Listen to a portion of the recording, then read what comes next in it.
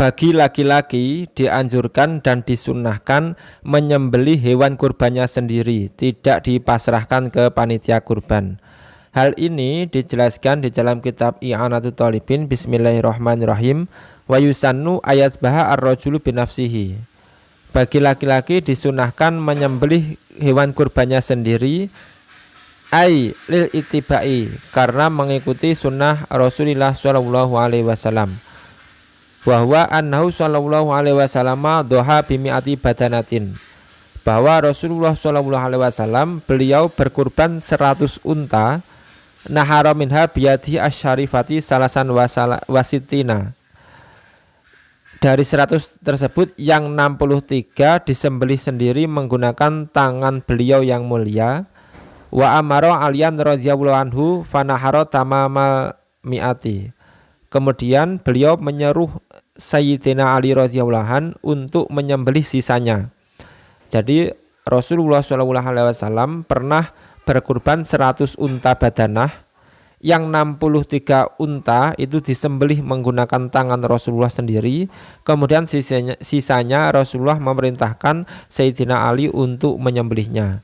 Dari hadis inilah disimpulkan bahwa dalam berkurban disunahkan untuk laki-laki menyembelih hewan kurbannya sendiri, tidak diwakilkan kepada orang lain.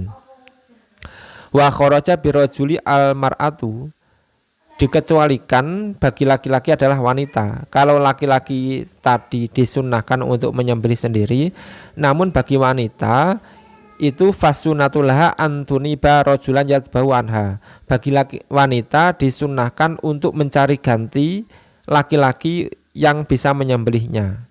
Jadi bagi wanita disunahkan untuk mewakilkan, untuk memasrahkan kepada laki-laki yang menyembelihkan hewan kurbannya.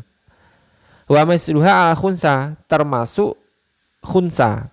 Khunsa ini orang yang tidak jelas jenis kelaminnya atau orang yang memiliki jenis kelamin ganda.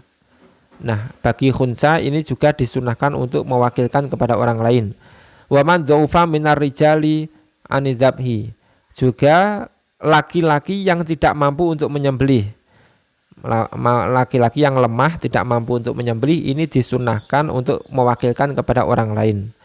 Wal a'ma itukrahu dzabihatuhu afadahu bujairomiyu. Kemudian orang yang buta ini justru makruh jika menyembelih sendiri.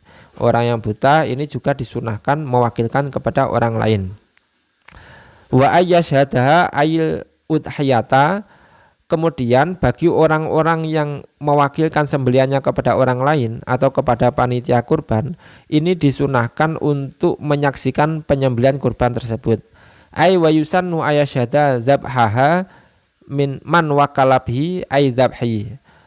Maksudnya disunahkan bagi orang-orang yang mewakilkan hewan kurbannya, mewakilkan sembelihan hewan kurbannya kepada orang lain atau kepada panitia kurban, disunahkan untuk menyaksikan proses penyembelihan.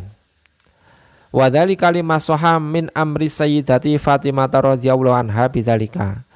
Hal tersebut karena terdapat hadis sahih bahwa Rasulullah SAW memerintahkan Sayyidah Fatimah radhiyallahu anha untuk menyaksikan proses penyembelihan hewan kurban saat Sayyidah Fatimah memasrahkan hewan kurban kepada orang lain.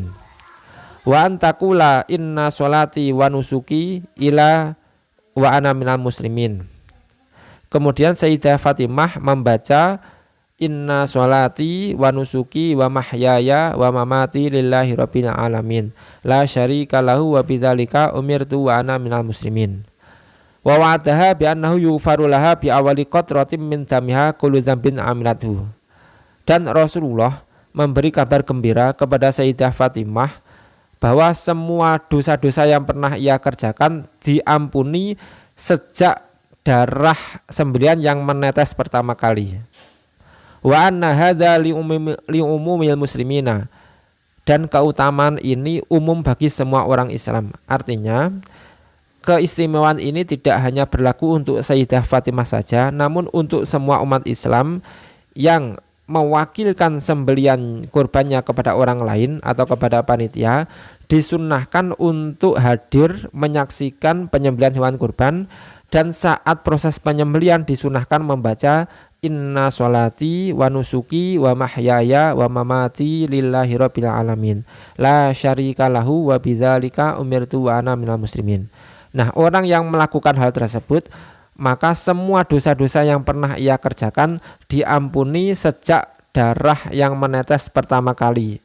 Darah yang disembelih menetes pertama kali, semua dosa-dosanya diampuni. Wa idza wakala bihi kafat niatul muwakili. Nah, ketika hewan sembelihan kurbannya diwakilkan kepada orang lain, maka sudah mencukupi niatnya muwakil, niatnya orang yang mewakilkan atau niatnya orang yang berkurban. Yang niat cukup orang yang berkurban saja. Wala hajata li niatil wakili. Wakilnya atau panitia kurbannya tidak perlu niat karena niatnya sudah cukup dari yang berkurban tadi. Bal lau lam ya'lam annahu mudzahin lam yadzura. Bahkan jika wakil atau panitia kurban tidak tahu kalau yang mewakilkan tadi orang yang berkurban, itu tidak masalah, tetap sah sebagai kurban. Nah, inilah penjelasan tentang kesunahan-kesunahan bagi orang yang berkurban, yang intinya tadi bagi lelaki itu disunahkan untuk menyembelih hewan kurbannya sendiri, tidak dipasrahkan, tidak diwakilkan ke orang lain, tidak diwakilkan ke panitia kurban. Berbeda dengan wanita, dengan khunsa, dengan laki-laki yang lemah tidak mampu untuk menyembelih, itu disunahkan untuk mewakilkan kepada orang lain. Nah, bagi yang mewakilkan disunahkan untuk hadir, menyaksikan dan membaca doa tadi.